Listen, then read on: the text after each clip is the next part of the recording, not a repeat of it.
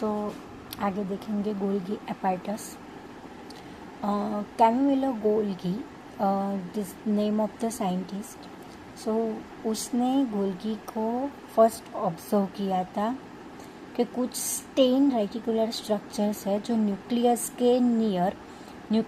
के नज़दीक देखा होगा। उसको ऑब्जर्व कैमिलो गोल्गी ने किया था।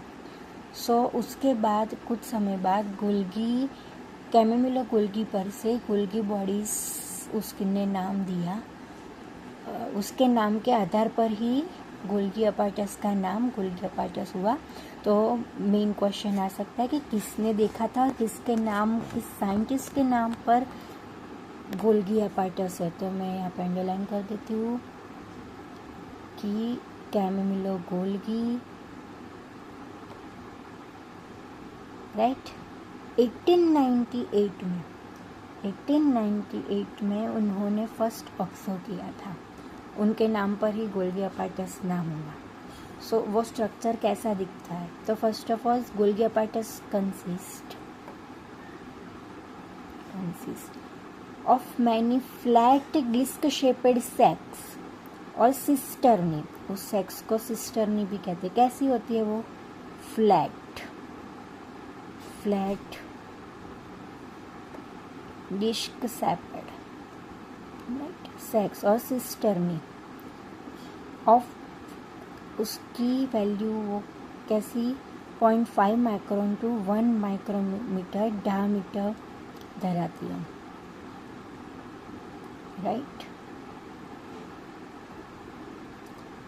0.5 micrometre to 1 micrometre in diameter, right. These are stack parallel to each other। वो एक दूसरे के पैरेलल होती है, स्टैक होती है एक दूसरे के पैरेलल। कैसे? पैरेलल दैट्स मीन्स ऐसा, इसको हम पैरेलल कहते हैं, एक दूसरे के आसपास, राइट। देन क्या है कि these are stacked parallel to each other। Varied number of cisternae are present in a Golgi। Varied number, the Golgi cisternae are constantly arranged near the nucleus with distinct convex sheaths or the forming face and concave trans or the maturing face। दो part होते हैं, sheath और trans.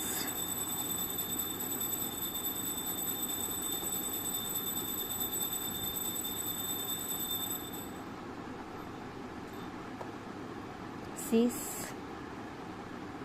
और trans,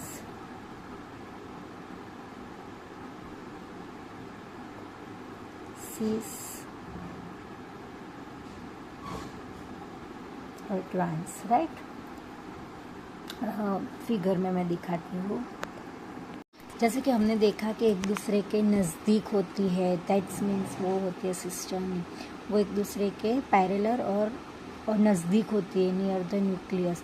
वो trans और सिस बनाते हैं, right. ऐसा हमने जो थियोरी में देखा वो यहाँ पे ये फिगर में है। तो उसमें कॉनकेव दैट्स मीन्स, केव का मीनिंग क्या होता है? गड्ढा। जो गड्ढा होता है ऐसे होता है, तो वो कॉनकेव हो गया। और कॉन्वेक्स जो ये है बाहर निकला हो, दैट्स मीन्स कॉन्वेक्स। ये है कॉनकेव, ये है कॉन्वेक्स। वो एक दूसरे के पैरेलल है, 1 2 3 ऐसे पैरेलल एक दूसरे के खड़ी होती है। तो that's the figure of Golgi apparatus. तो the cis and trans faces होते हैं ऑर्गेनल के, वो एंटायरली डिफरेंट होते हैं बट वो इंटरकनेक्टेड होते हैं। गोल्गी एपार्टस प्रिंसिपली परफॉर्म करती है, मेन उसका काम है फंक्शन ऑफ, उसका फंक्शंस है पैकेजिंग द मटेरियल्स। जो मटेरियल्स होता है उसको पैकेज करती है और वो डिलीवर करती है टू इन द इंट्रासेल्यूलर जो टारगेट्स होते हैं, जहाँ पे पहुँचाने का टारगेट्स होता है उस घर पहुँचाती है और सिक्रेटेड आउटसाइड द सेल के बाहर सिक्रेट करती है। और जो मटेरियल होता है पैकेज के अंदर in the form of the vesicles, वो वेसिकल्स के फॉर्म में होता है from the ER that's means endoplasmic reticulum. साथ ही फ्यूज होता है सिस फेज जो होता है उसके साथ फ्यूज होता है गोल्गी अपार्टस का सिस फेज के साथ, एंड देन आफ्टर वो मैच्योरिंग फेज तरफ मूव करता है। उसका this explain why the Golgi apparatus remain in close associated with the endoplasmic reticulum. So उसके लिए जो एंडोप्लास्टिक रेटिकुलम होता है उसके साथ सिस फेज जो होता है गोल्गी अपार्टस का वो अटैच होता है। उसके आधार पर जो वेसिकल्स जो पैकेज मटेरियल होता है वो transfer move towards the maturing phase तरफ जाता है, राइट। उसके लिए है, उसका रीज़न ही यही है कि एंडोप्लास्टिक रेटिकुलम के नज़दीक नियर बाय ही हमें गोल्गी अपार्टस देखने को मिलता है। A number of proteins synthesis by ribosomes on the endoplasmic reticulum. जो प्रोटीन्स होते हैं जो सिंथेसिस रिबोसोम्स के जो एंडोप्लास्टिक रेटिकुलम के रिबोसोम्स पर जो प्रोटीन सिंथेसिस होता है वो modify in the cisternae of the Golgi apparatus. जो सिस्टर्नी फेस है जो मैंने देखा ना कि वो एकदम नज़दीक होते हैं, हमने फिगर में देखा, तो वो सिस्टर्नी फेस पे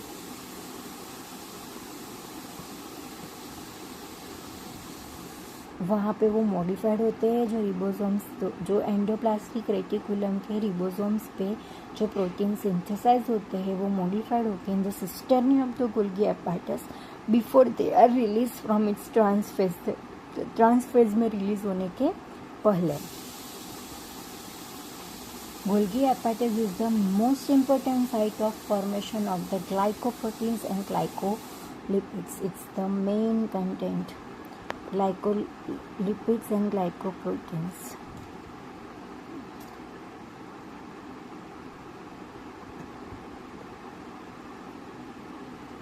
Glycoproteins and glycolipids उसकी मेन साइट गोल्गी अपार्टस है जो ग्लाइकोप्रोटीन्स और ग्लाइकोलिपिड्स को फॉर्मेट करते हैं। लाइसोसोम्स, तो लाइसोसोम्स क्या है, तो वो एक bound vesicular membrane bound vesicular structure है जो कहाँ पे फॉर्म होता है, तो गोल्गी अपार्टस में किस प्रोसेस से, तो प्रोसेस ऑफ पैकेजिंग जो हमने आगे देखा है कि गोल्गी अपार्टस किसी एक प्रोसेस पैकेजिंग के प्रोसेस करते हैं, तो उस प्रोसेस के आधार पर जो वेसिकुलर स्ट्रक्चर्स होते जो बाउंड होते हैं कुछ मेम्ब्रेन से उसको हम लाइसोसोम्स कहते हैं। सो जो आइसोलेटेड लाइसोसोम्स होते हैं और लाइसोसोम्स वेसिकल्स होते हैं वो फाउंड होते हैं very rich very more amount almost all type of very rich in किसमें है, तो almost all type of hydrolytic enzyme like hydrolase lipase protease carbohydrates etcetera. और वो ऑप्टिमली जो एंजाइम होता है वो ऑप्टिमली एसिडिक पेज में होता है और जो ये सब एंजाइम्स है वो कैपेबल होते हैं डाइजेस्ट करने के लिए carbohydrate proteins lipids and nucleic acid.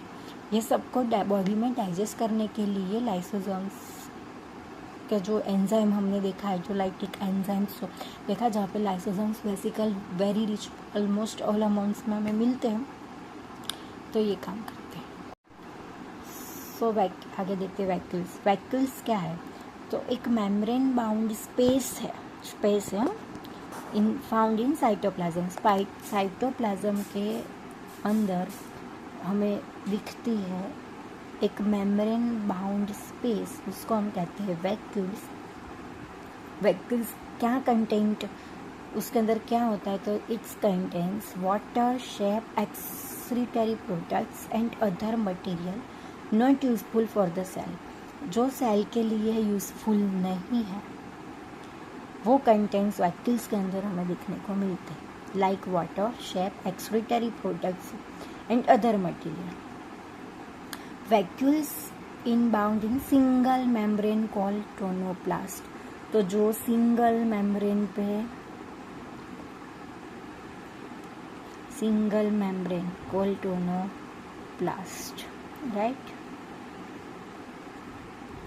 So single membrane से वैक्यूल्स कवर होती है उसको हम कहते हैं टोनोप्लास्ट।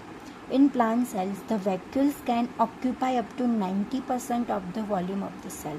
तो प्लांट सेल के अंदर क्या होता है कि जो वैक्यूल्स होती है वो almost 90% of the volume, cell का 90% वॉल्यूम ऑक्यूपाई करती है।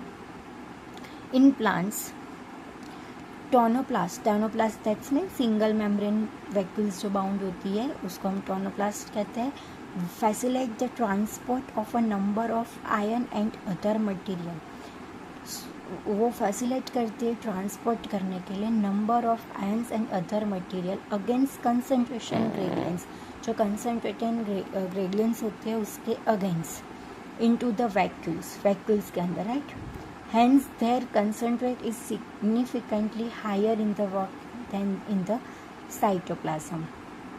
In amoeba, so plant का हमने देखा जो वैक्यूल्स होते हैं वो प्लांट में क्या आती है, 90% वॉल्यूम ऑक्यूपाई करती है first of all. Then after क्या होता है, वो फैसिलिटेट करती है ट्रांसपोर्ट नंबर ऑफ आयन को और अदर मटेरियल को अगेंस्ट कंसंट्रेशन ग्रेडियंट, जो वैक्यूल्स के अंदर जो कंसंट्रेशन ग्रेडियंट के अगेंस्ट, राइट। एंड अमीबा के अंदर contractile vacuole is important for excretion. याद रखने का कि अमीबा के अंदर कैसे वैक्यूल्स होते हैं। फर्स्ट ऑफ ऑल क्या याद है कि प्लांट वाल्यू याद रखना है कि वो 90% वॉल्यूम ऑफ से करते हैं, वो टोनोप्लास्ट है, सिंगल मेम्ब्रेन है। उसके बाद आता है वो साइटोप्लाज्म में मेम्ब्रेन बाउंड स्पेस है, वो खास याद रखना है। देन आफ्टर हम अमीबा पे आते हैं कि अमीबा के अंदर क्या है, तो कॉन्ट्रैक्टिव वैक्यूल्स क्या है, कॉन्ट्रैक्टिव vacuoles is important for excretion that's means बाहर करने के लिए कैसी कौन सी इम्पोर्टेंट है, ये कॉन्ट्रैक्टिव वैक्यूल्स होती है, is important for excretion in many cells as in protist. Food vacuoles are form by engulfing the food particle का इंगल्फिंग होता है, उसके अंदर फूड वैक्यूल्स होते हैं मैनी ऑफ सेल के अंदर। सो यहाँ से 5-7 MCQs नॉर्मली निकल सकते हैं।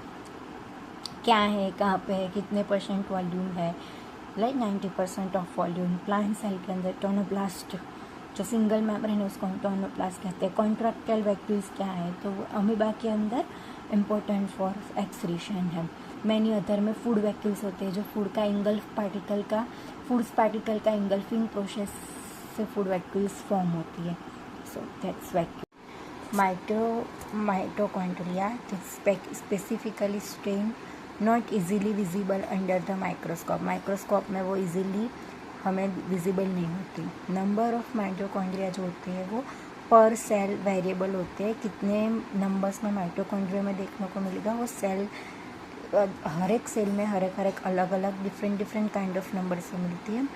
मेनली वो डिपेंड किस पर होता है कि वो कितने नंबर से मिलेगा, तो physiological activity of the cells की जो फिजियोलॉजिकल एक्टिविटीज़ होती है उस आधार पर होगा।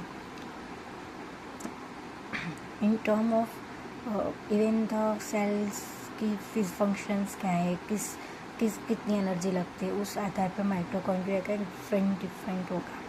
इन टर्म ऑफ शेप और size also be are different. Even the उसकी जो डिग्री ऑफ वेरिएबिलिटी होती है वो भी डिफरेंट होती है, ऑब्जर्व करने को मिलती है। Typically it is sausage shape और सिलेंड्रिकल, उसका डायमीटर है 0.221 micrometer, average 0.5 micrometer and length उसकी है 1 to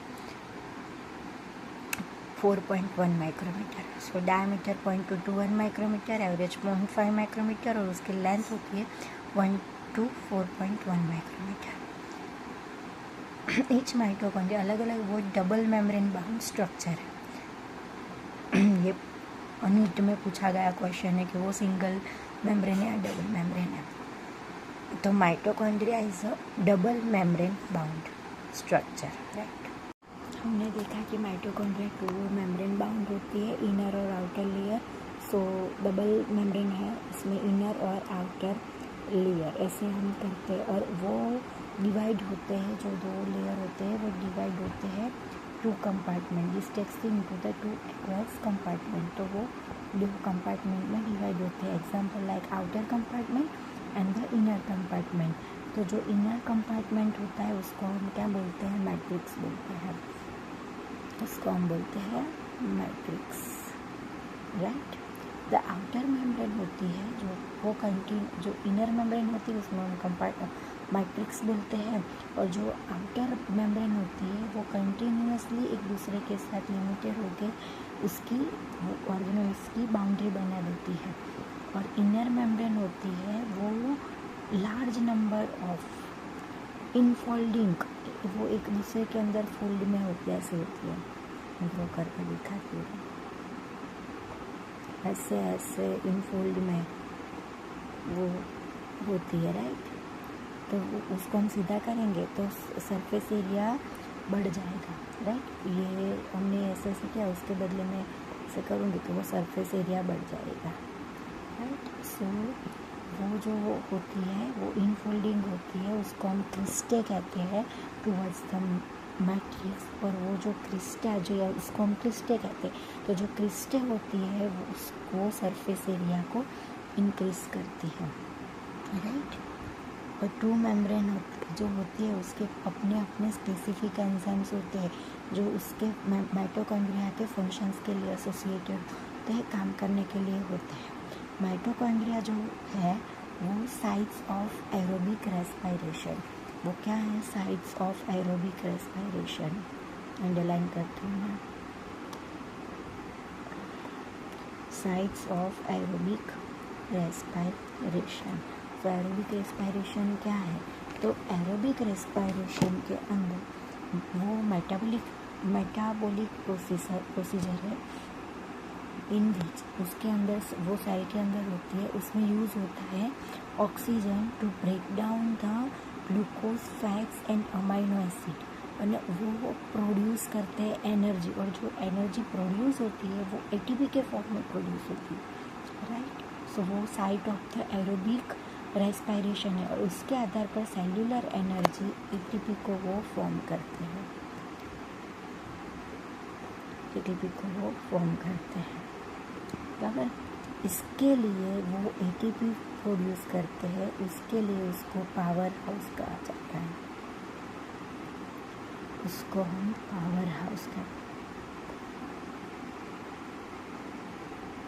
उसको हम पावर हाउस कहते हैं। Power house of a cell, cell का पावर हाउस कौन है, तो माइटोकॉन्ड्रिया। सो माइटोकॉन्ड्रिया को हम power house of the cell कहते हैं। Matrix also possess single cellular DNA molecules और RNA molecules। तो मैट्रिक्स हम किसको कहते हैं, जो इनर कंपार्टमेंट है उसको हम मैट्रिक्स कहते हैं। वो DNA molecules और फ्यू RNA molecules को पोसेस करता है। इसमें ribosome 70S and the component required for the synthesize of protein. Mitochondria divided by fission, mitochondria जो होती है वो डिवाइडेड होती है बाय द फिजन। तो यहाँ पे मैं आपको दिखाती हूँ माइटोकॉन्ड्रिया की फिगर है। सो उसमें हमने देखा कि आउटर मेम्ब्रेन जो होती है, मैं यहाँ पर ब्लू लाइनिंग करके आप सबको दिखाती हूँ जो पार्ट है वो।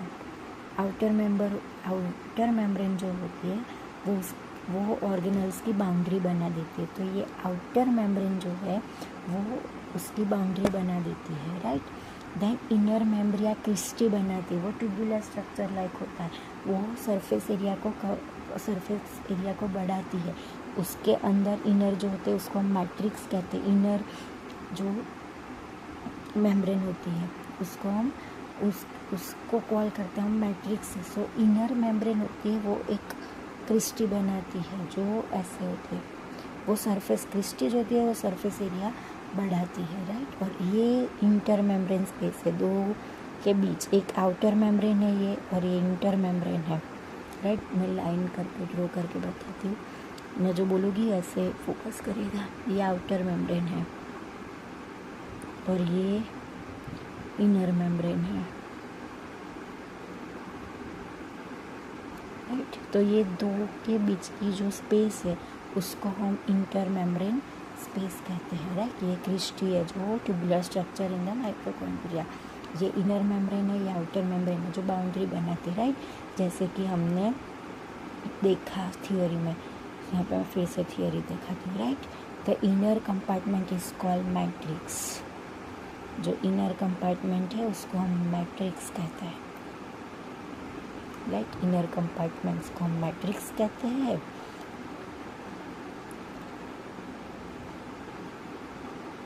अच्छा क्या था, आउटर मेम्ब्रेन जो थे वो बाउंड्री बनाती है, इनर मेम्ब्रेन्स क्रिस्टी बनाती है जो सरफेस एरिया को इंक्रीज करते हैं। ये सब यहाँ पे मैंने दिखा दिया। तो यहाँ पे प्लास्टिक्स में आपको बाद में पढ़ाऊंगी, पहले मैं आपको रिबोसोम्स पढ़ा लेती हूँ। तो रिबोसोम्स क्या है, तो विच इज़ द ग्रैन्युलर स्ट्रक्चर, राई के दानेदार जैसा स्ट्रक्चर, जो दानेदार स्ट्रक्चर होता है ना वैसा ग्रैन्युलर स्ट्रक्चर है, राइट। विच इज़ ऑब्जर्व, किसने फर्स्ट ऑब्जर्व किया था, तो first observe under the electron microscope, electron microscope के अंदर उसको फर्स्ट ऑब्जर्व किया गया था as a dense particle by George Palade. George Palade नाम याद रखना, ये साइंटिस्ट का नाम हमें कभी कभी गुमराह करने के लिए पूछ लेते, तो वो ग्रैन्युलर स्ट्रक्चर है जिसको फर्स्ट ऑब्जर्व किया था जॉर्ज पाल्डे। किस ईयर में, तो 1953 में वो ऑब्जर्व किया गया था जॉर्ज पाल्डे के द्वारा। 1953 में ग्रैन्युलर स्ट्रक्चर्स ऑब्जर्व किया गया था इलेक्ट्रॉन माइक्रोस्कोप में, उसका नाम है रिबोसोम्स। सो रिबोसोम्स के कंपोज क्या क्या होते हैं, तो वो होते हैं ribonucleic acid, first of all RNA, ribonucleic acid, right, RNA, and proteins, and are not surrounded by any membrane. So ribosomes के आसपास कोई मेम्ब्रेन नहीं, जैसे हमने ऊपर माइटोकॉन्ड्रिया में देखा कि माइटोकॉन्ड्रिया डबल लेयर मेम्ब्रेन से कवर्ड होती है, राइट, वैसे रिबोसोम्स एनी मेम्ब्रेन, कोई मेम्ब्रेन से सराउंडेड कवर्ड नहीं होता है। तो ग्रैन्युलर स्ट्रक्चर है जिसको माइक्रोस्कोप में ऑब्जर्व किया गया था जॉर्ज पाल्डे द्वारा 1953 में। और वो क्या कंपोज है उसके अंदर, तो ribonucleic acid, RNA and proteins, और कोई मेम्ब्रेन से वो कवर होता नहीं है। तो यूकैरियोटिक रिबोसोम्स, जब हम यूकैरियोटिक सेल्स देखते थे तब मैंने आपको उस टाइम एक क्वेश्चन भी भेजा था, मैंने अपलोड किया था। सो वो ये क्वेश्चन नीट में भी आता है। सो 80 एस और 70 एस और ऐसा कुछ। सो यूकैरियोटिक जो रिबोसोम्स है वो 80 एस है, 80 एस, राइट, एंड प्रोकैरियोटिक रिबोसोम्स है वो 70 एस है। तो ये ज़्यादा फोकस करने वाले क्वेश्चंस हैं, 70 एस और 80 एस, राइट। किसमें क्या है, यूकैरियोटिक रिबोसोम्स में 80 एस होता है और प्रोकैरियोटिक में 70 एस होता है, राइट। सो ये भूख मारना, रट्टे मार देना, बट ये मत भूलना। तो ईयर एस का मतलब क्या होता है, so S stands for the sedimentation coefficient, it indirectly is a measure of density and size. So यहाँ पे एस का मीनिंग होता है सेगमेंटेशन कोएफिशिएंट, जो इनडायरेक्टली ही मेजर करता है डेंसिटी और साइज को। सो बोथ 70s और 80s रिबोसोम्स आर कंपोज ऑफ 2 सब यूनिट्स, और 2 सब यूनिट से कंपोज होते हैं। मेनली क्या है यहाँ पे कि ग्रैन्युलर स्ट्रक्चर है वो कंपोज होता है RNA और प्रोटीन से, जो किसी भी सराउंडेड मेम्ब्रेन नहीं है उसके आसपास। यूकैरियोटिक रिबोसोम्स में 80 एस होता है, जब प्रोकैरियोटिक रिबोसोम्स आर 70 एस है। और एस का मतलब हमें पूछा जा सकता है, तो वो सेगमेंटेशन कोएफिशिएंट से वो इनडायरेक्टली डेंसिटी और साइज को मेजर करता है। यहाँ पे 2 सब यूनिट्स, दैट मीन्स यूकैरियोटिक रिबोसोम्स के अंदर जो 80 एस होता है उसके अलावा 20 एस होता है दूसरा, और यहाँ पे 70 एस जो होता है प्रोकैरियोटिक सेल में उसमें 30 एस होता है। ऐसे 2 सब यूनिट्स से कंपोज होता है। सो 100 एस होता है, बट उसमें क्या है 80-20 है यूकैरियोटिक में, और प्रोकैरियोटिक में 70-30 है, ओके। यहाँ पे मैं साइटोस्केलेटन बाद में पढ़ाती हूँ, पहले सीलिया और फ्लैजेला देख लेते हैं। सीलिया को हम सीलियम भी कह सकते हैं, और फ्लैजेला को flagellum. They are hair like outgrowth है, आउटग्रोथ बाहर की तरफ होता है इसलिए उसको hair like outgrowth of the cell membrane. Cell membrane के बाहर एक हेयर लाइक आउटग्रोथ है, उसको हम कहते हैं सीलियम या और फ्लैजेला। सिलिया जो है अथवा तो cilium which is the small structure, right, small structure which work like oars. So उसका वो उस स्ट्रक्चर का काम क्या है, तो वो कॉजिंग द मूवमेंट ऑफ, सो वो मूवमेंट मोटाइल होता है, मूवमेंट के लिए यूज़ होता है, movement of either the cell की मूवमेंट में और जो उसके सराउंडिंग फ्लूइड है उसकी मूवमेंट में यूज़ होता है, राइट। सो सिलिया स्मॉल स्ट्रक्चर होता है, मूवमेंट में यूज़ होता है और सराउंडिंग फ्लूइड की मूवमेंट में यूज़ होता है। फ्लैजेला कंपेरेटिवली टू सिलिया वो बड़ा होता है, लॉन्गर होता है, right, longer and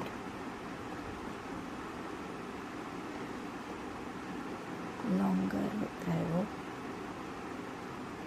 so longer and responsible for cell movement, वो भी सेल मूवमेंट में रिस्पॉन्सिबल, वो सराउंडिंग फ्लूइड में भी रिस्पॉन्सिबल होता है, बट ये तो सिर्फ और सिर्फ सेल मेम्ब्रेन में ही सेल मूवमेंट में होता है। So the prokaryotic bacteria also possess flagella. जो प्रोकैरियोटिक बैक्टीरिया होता है उसमें भी फ्लैजेला होता है, right, but they are structurally different from that of eukaryotic flagella. जो यूकैरियोटिक सेल में जो फ्लैजेला होती है उसका और प्रोकैरियोटिक बैक्टीरिया में जो फ्लैजेला होती है उसका स्ट्रक्चरल डिफरेंशिएट देखने को मिलता है। द इलेक्ट्रॉन माइक्रोस्कोप में स्टडी किया, सो सिलियम और the flagellum show that they are cover with the plasma membrane.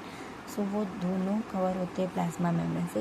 ऐसा भी नीट में क्वेश्चन आया था कि कौन मेम्ब्रेन से कवर होता है, कौन मेम्ब्रेन से कवर नहीं होता, कौन सा ऑर्गेनल मेम्ब्रेन से कवर होते हैं, डबल मेम्ब्रेन किसके, तो वो आप याद रखिएगा। सो फ्लैजेलम और सिलियम वो कवर होते हैं प्लाज्मा मेम्ब्रेन से। देयर कोर कॉल एक्सोनेम, उसको हम बोलते हैं एक्सोनेम। एक्सोनेम possess a number of microtubules running parallel to the long axis, right, microtubules छोटी छोटी। Axonum usually has a 9 pairs of doublets of regularly arranged peripheral microtubules and a pair of centrally located microtubules. Such as arrangement of axonemal microtubules is referred to as a 9+2 array. The central tubules are connected by bridges and is also enclosed by a central seat. तो यहाँ पे क्या है कि वो micro 9 pair of doublets, 9 plate of axonemes जो होते हैं वो 9 पेयर्स ऑफ डबलेट्स से अरेंज होते हैं पेरिफेरल, आसपास, पेरिफेरल दैट्स मीन्स आसपास, right, 9 pairs of doublets, peripheral microtubules, a pair of centrally located, एक ही पैर है centrally located है, बट जो 9 पेयर है वो peripherally arranged है, राइट।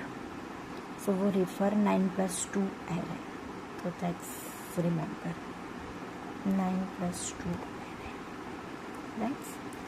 मैं आपको फिर बाद में फिगर से भी दिखाऊंगी।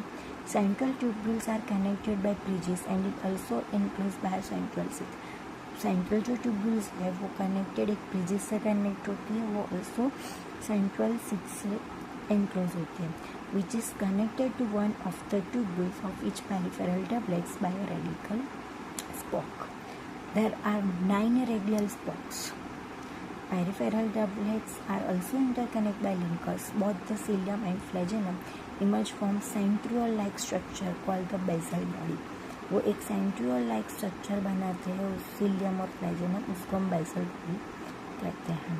सो जो पेरिफेरल जो 9 डबलेट्स होती है वो इंटरकनेक्ट होती है बाय लिंकर्स, एक ऐसी लिंक से वो इंटरकनेक्टेड होती है लिंकर्स से, राइट। सो इंटरकनेक्टेड होती है उसको, और उसके बाद वो सेंट्रियोल लाइक स्ट्रक्चर बनाते हैं, उसको बेसल बॉडी कहते हैं।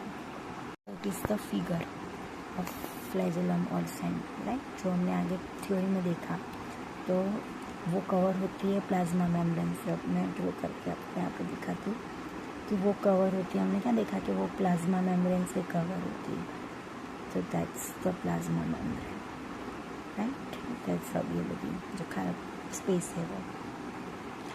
पेरिफेरल 9 pairs ऑफ माइक्रोट्यूबुल्स होते हैं, सो 3 6 और 3 9, राइट। मैं यहाँ पे लिखूँ 1 2 3 4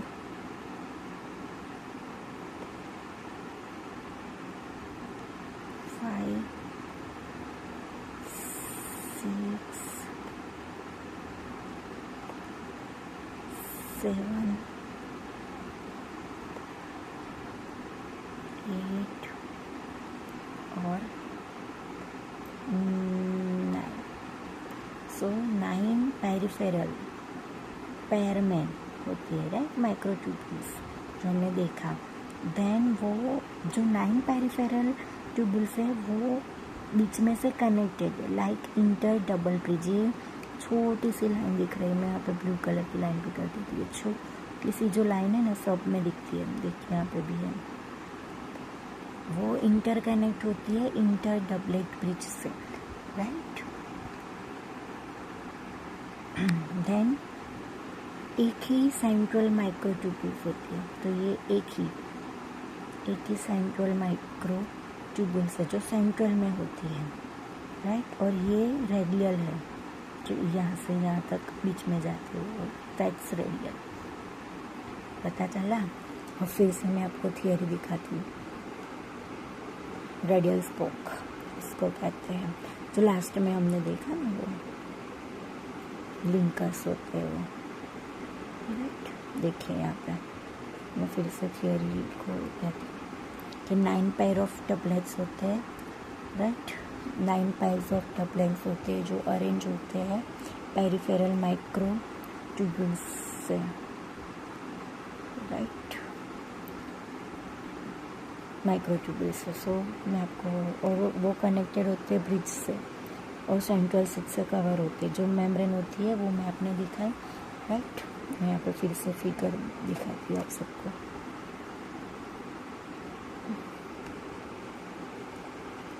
नाइन पैर, मैंने नंबर्स भी लिखे, 9 pairs इंटरब्रिज से कनेक्टेड है, पेरिफेरल है, राइट।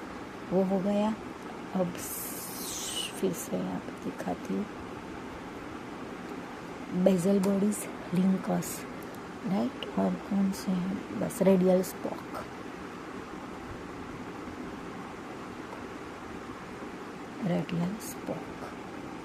जो पेरिफेरल से सेंट्रल तक जाते हैं वो रेडियल स्पोक है, राइट। ये सब सेंट्रल माइक्रोट्यूबुल से। प्लाज्मा मेम्ब्रेन है, सेंट्रल सीथ है जो ऐसे होती है जिससे रेडियल स्पोक कनेक्टेड होते हैं।